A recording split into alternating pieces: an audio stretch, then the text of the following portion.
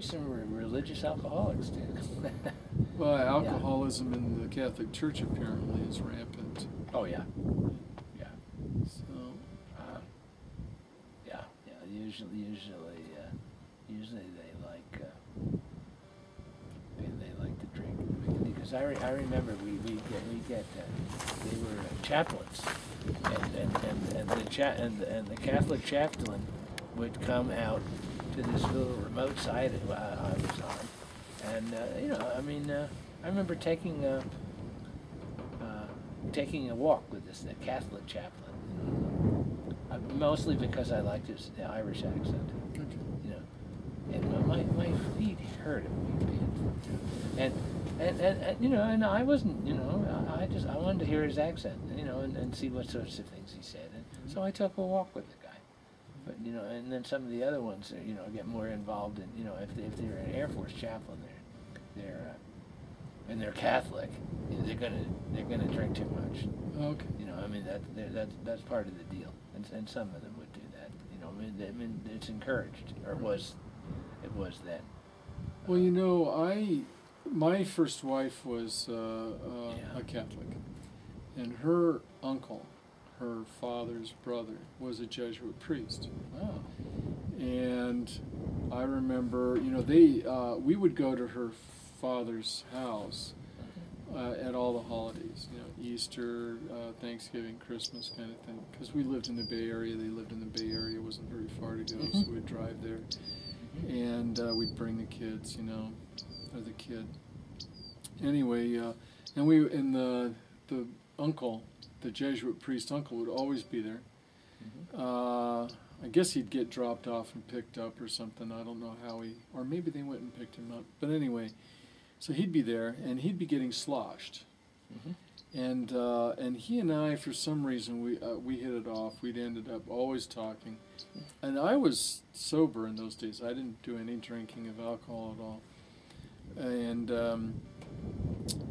And so he'd be getting drunk, and he'd be telling drinking stories of how he and his fellow priests were getting drunk.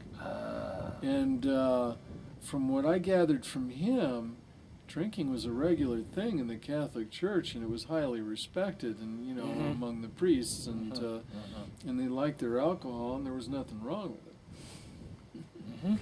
And I thought, okay, that's fine. It doesn't sound like people are being. It doesn't sound like they're contemplatives. No. It just sounds like they're normal human beings who are trying to suppress their natural urges by consumption of alcohol. Yeah. They're repressing their basic humanity, or what it is to be human. Well, or repressing the animal. Yeah. Well, but that's part of it being human. Right. Being animal side at times. Right. But within a range anyway. Right.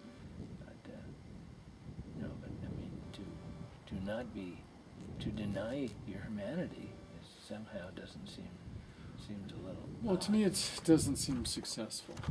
Yeah, I would say so. The Catholic Church is kind of proof that I would say so. That repressing your natural urges is not successful. There must be another way. Yeah. And the way that the GWV, the Great Western Vehicle, proposes is okay. We lead a rigorous, self-aware, contemplative life, and we're moderate in our behavior. Yes. We try and find some middle path somewhere, and hopefully we develop jhana, and then hopefully we deepen that jhana. And what seems to happen for every one of the contemplatives who gets to the fourth jhana is they just lose interest in any of that addictive behavior. Maybe beforehand they might go through, where it's lessening, right? But when it gets to by the time the contemplative has mastered the fourth jhana, they're just not interested in.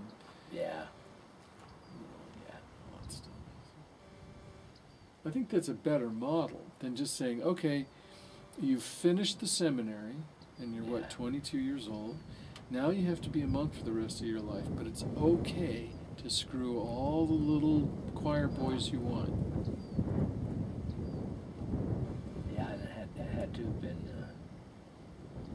accepted. I mean, not officially, but No, not officially sanctioned, but they didn't curb it. right. Well, I think it was more than that. For instance, Oh, okay. let's Okay. how does an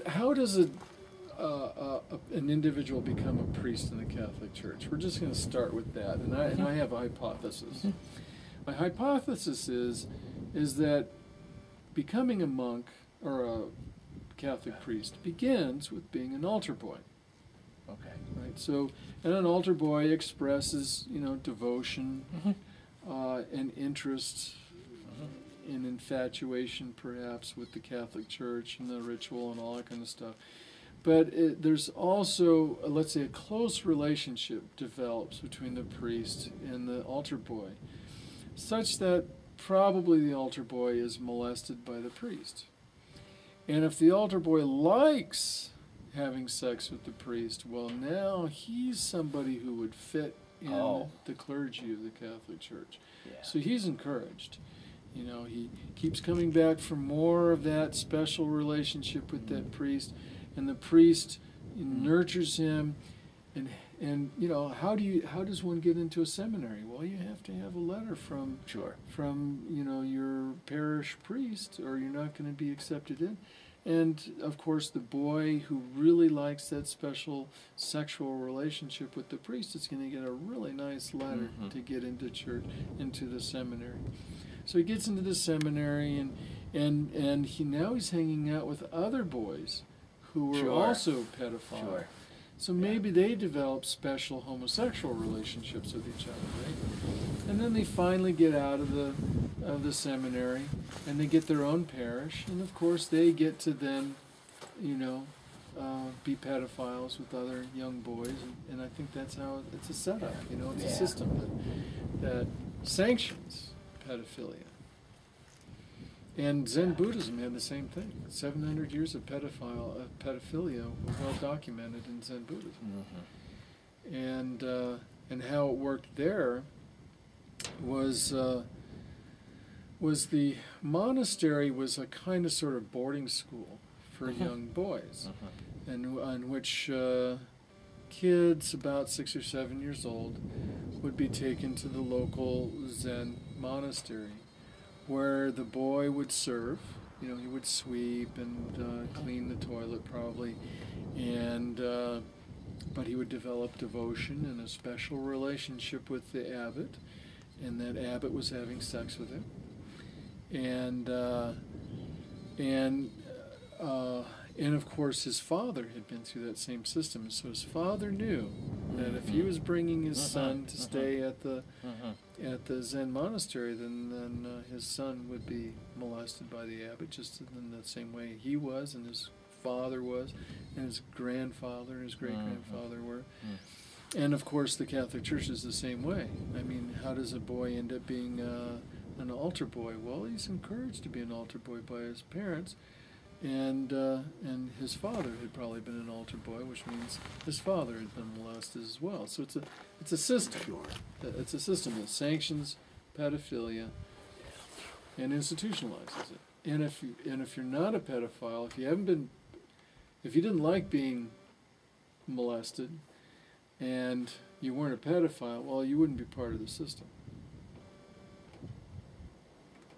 So to me, that's how institutionalized religions work, and how these bizarre behaviors become institutionalized.